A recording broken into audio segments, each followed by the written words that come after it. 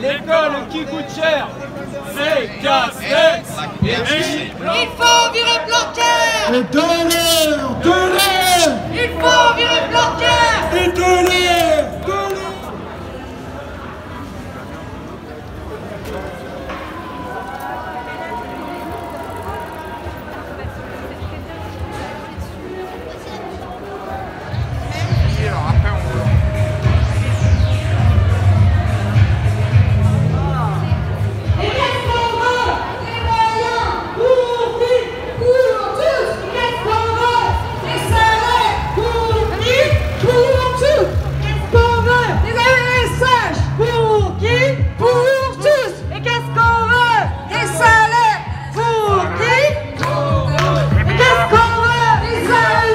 Bonjour, moi je m'appelle Laura, je suis enseignante spécialisée dans le 93 au sein du RASED, le réseau d'aide aux élèves en difficulté.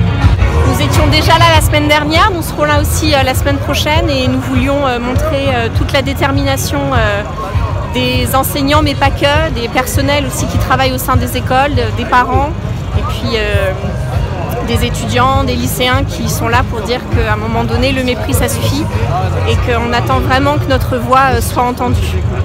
Le protocole, c'est vraiment la goutte d'eau qui a fait déborder le vase. C'est surtout un gros problème de communication. C'est aussi un gros souci depuis la pandémie, mais pas que.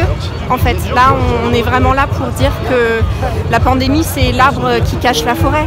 Le gros souci, c'est un vrai souci de fond. Ça fait des années que l'école publique et que l'éducation nationale est cassée à petit feu.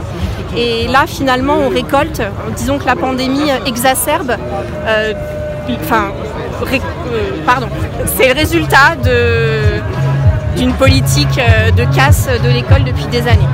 Bien évidemment, les enfants sont on va dire, les premiers révélateurs du mal-être que l'on peut tous connaître depuis cette pandémie. Le souci, c'est qu'il nous aurait fallu, et il nous faut au quotidien des moyens pour justement aider au mieux ces élèves.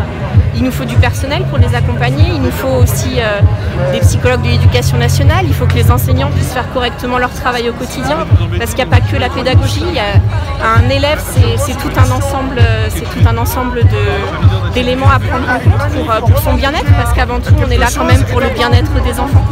Et sur notre ville, moi j'y suis depuis 5 ans, donc ça fait plus de 5 ans qu'on n'a pas de médecin scolaire par exemple. Et une infirmière qu'on partage avec le collège, et quand l'infirmière est malade, il n'y a personne. Donc en fait, depuis le début de la pandémie, on n'a pas de personnel de santé sur la circonscription, c'est-à-dire un collège et 7 écoles.